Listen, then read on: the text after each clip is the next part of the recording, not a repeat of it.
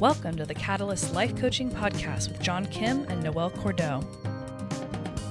If you're inspired to begin your own life coaching practice or just want to learn a little bit more about what it's all about, visit JRNI.co. That's JRNI.co for more information. Your adventure awaits. John and Noelle would like to invite you to a live training and Q&A session happening on September 24th, 2019. They'll be discussing career change, the many, many different ways that you can become a coach or use coach training in your current career, and answering your questions about the $4.2 trillion wellness global economy. That's right, $1 trillion. So head over to JRNI.co/career to sign up. That's JRNI.co/career. It's time to get the skills and training you need to make a bigger impact in the world around you. And we'll see you on September 24th. On this week's episode of the Catalyst Life Coaching Podcast, we're going to talk about signs that you want to change careers. So, Noelle, both of us have changed careers. Yes, I thought this was a great topic. Yeah. It's also very, today, there's just so many going through this. I think so. I think the way that we work and the way that we think about work and the way that we think about our occupations in life are changing drastically. What have you seen in your lifetime? Yeah, I know the kind of old school or the generation that our parents are from. It was about education. It was about picking a safe, sustainable career, and then once you're on that path, it's kind of hard to leave. I think today with the internet and just so many choices out there, people have options now. So there are people who change careers all the time. There are people who have multiple careers. This idea of a side hustle is like a real thing now. So I just think that it's this idea of being your career being a singular path is no longer there.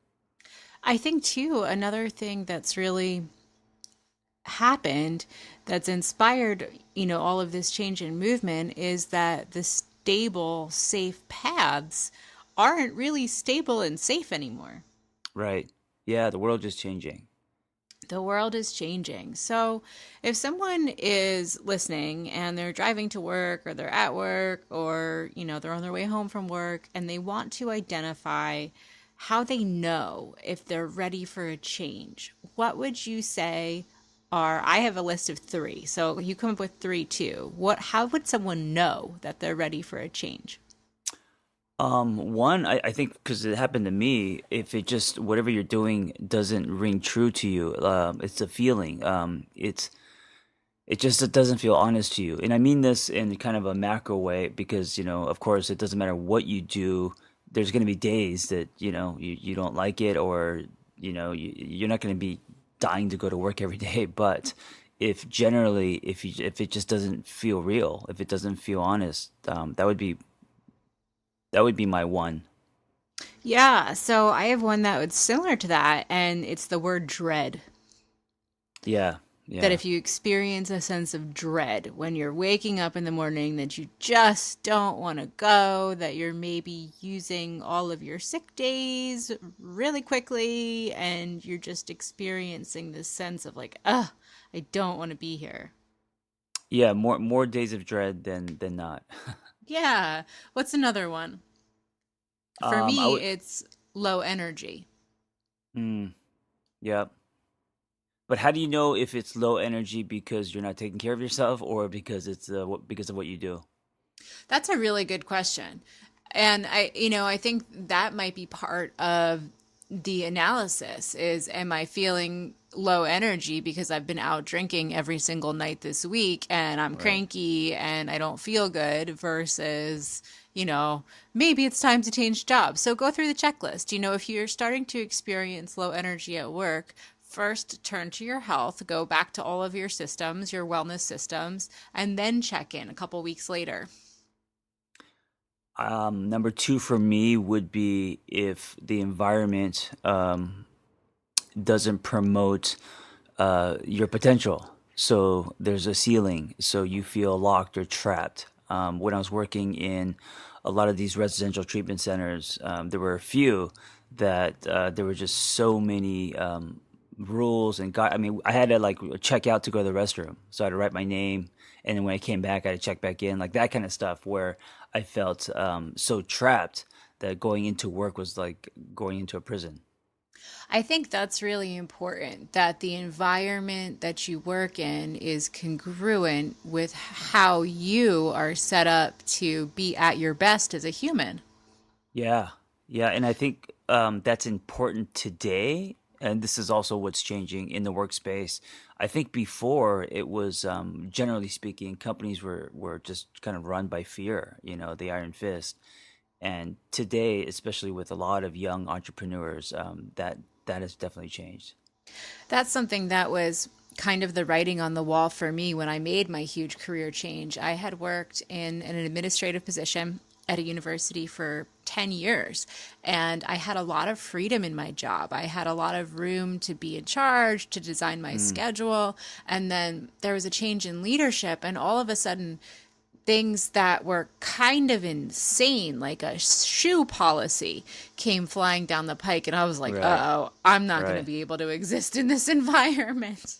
Yeah, so how do you know? I mean, what if you're doing something that you like and you enjoy, so you don't necessarily want to change careers, but your current workspace is toxic or promoting you from, thriving? I think that you should always be looking around Yeah. to understand what you're capable of, where you can go, where you might be able to do, and things like that. Lead, they're not necessarily bad or nefarious. They lead to different kinds of conversations. It's good to dream. It's good to kind of chart your path and your what's next, and what's a lateral move, and what's a move that I never thought of before, and what's out there even. I like to look at Angel List. Angel List is an entrepreneurial website that lists all of the different startup jobs. And I do it not because I'm looking for another job. Obviously, I'm kind of tied to this one, but I do it to see what other startups are doing, what their Yeah. positions are, what's out there in the field, who is in our space, who's hiring, how much they're hiring for, and just to kind of orient myself. And one day when I was going through, I saw that the 3-day rule was just acquired by Match.com. For you guys that don't know, Match.com is an online relationship site, and the 3-day rule is a matchmaking service. So those two paired up, and I thought, oh, how interesting. So I clicked on it, and it turns out that they were hiring professional matchmakers. And I said, wow, that's my dream job. And so I fired off an email just was really complimentary and said, hey guys, I'm actually not looking for a job, but I freaking love what you're doing. This is my dream job. And oh, by the way, I'm Noelle. I have coaches. I have a coaching company. This is what we do. And lo and behold, maybe 3 or 4 days later, the CEO and president of the company wrote back to me and said, Noelle, your email was passed along. What you do is really interesting with coaching. Let's talk.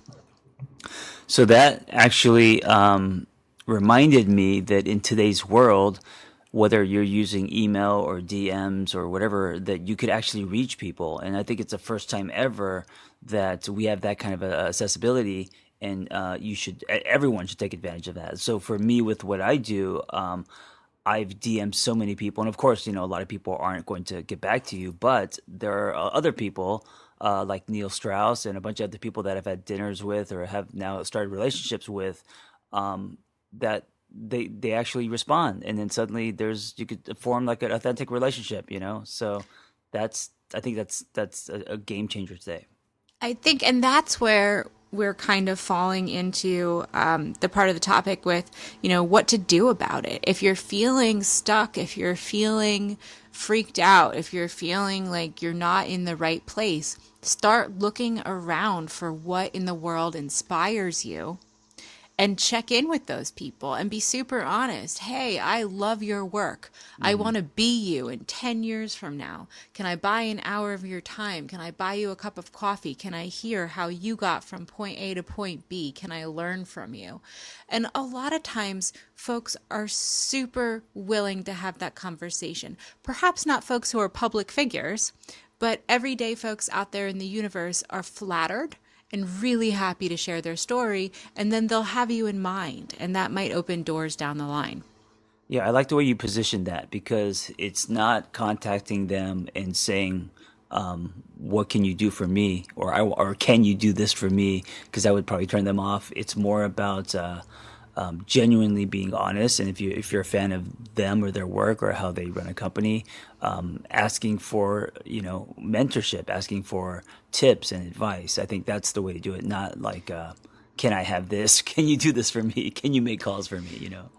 Yeah, and I've found that the piece on relationship building is so important when you're out there trying to pivot in the world, whether you're looking to change careers, build partnerships, move to a different state. I saw one of our coaches post the other day in our Facebook group, "Hey, I don't know anybody in this city, but I'm driving through and I really need a couch to sleep on. Does anybody have a friend or a couch or a friend of a Right. friend?" Because she trusts our network of coaches. Yeah, being part of a community, that's another game changer today. Whatever you're passionate about. I know when I was screenwriting and even when I was a therapist and working in various treatment centers, I felt very alone because I wasn't a part of a community. And now today, with the internet, you could be a part of a community that's, worldwide, and you don't have to actually even go anywhere. So I think that that's also a really good way into different options and what's out there and what other people are doing. Yeah. I have another one, and it's kind of dual. It's both how you know you need to make a change, and then also a starting point to get there. And it's definitely career, but it's a really great internal signal for any kind of change that you need to make. If you find yourself feeling jealous, Oh, I like that. Jealous of, yeah, of of what other people are doing. of what other people are doing, what other people have access to, their relationships, their friends, their experiences. Yeah. If somebody has a really cool job and you feel freaking jealous, that's a good check-in.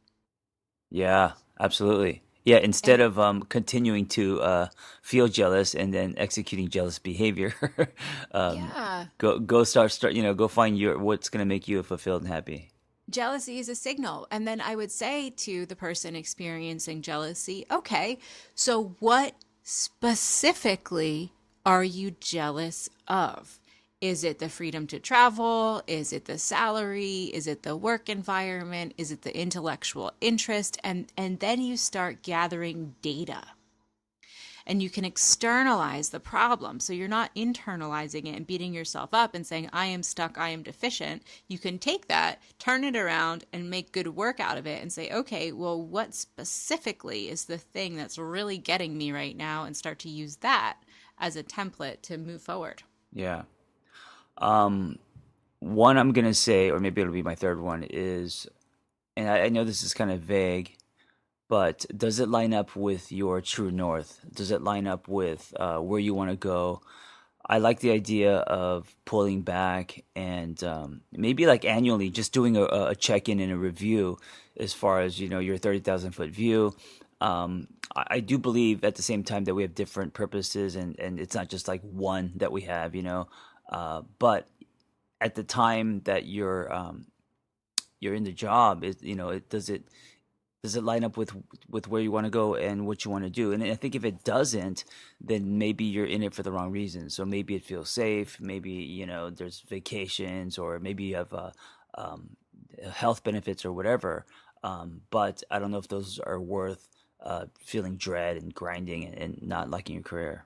Yeah, and feeling inspired by what you do is such a game changer. I was having this conversation with my mom. My parents are routinely freaked out by my existence, and I come from a very, very long line of Catholic guilt, shame, and fear. So we're working on those intergenerational systems. Wait, But don't you also come from, especially being on the East Coast, school and academia, all that being all kind of the that, road? Yeah, all of the safe, yeah, secure path, right. you work hard and suffer, and at the end of the day, I'm not sure.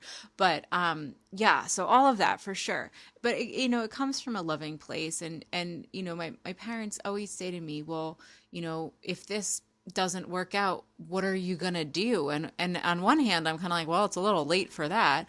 And then on the other hand, that's a great question. And so I said to my mom, if for whatever reason there were such a time when I was not doing this job anymore, I would look around and figure out what problem I wanted to solve in the world, and I would show up and offer help and start working on it, because there Mm, are so many smart people out there solving problems in the world, and we all need help.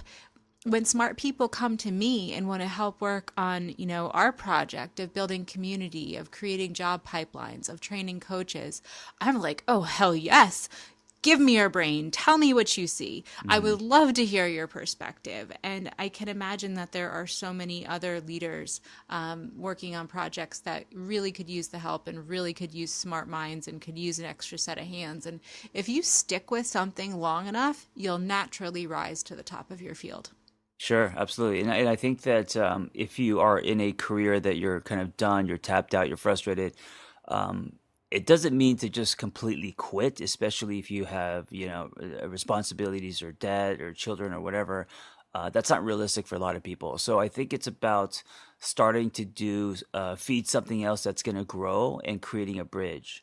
And I think today the whole side hustle, I think that's why it's so important. I think everyone should do it, even if it's just for fun, because you're going to learn and you're gonna, you may build something else. You may find a different passion, or it may line up with everything you're doing now, but it just gives you more freedom. I just love that today, especially with the internet and the culture that we live in, that you can do many things and it's okay. You can spin many plates. You don't have to just have that one job.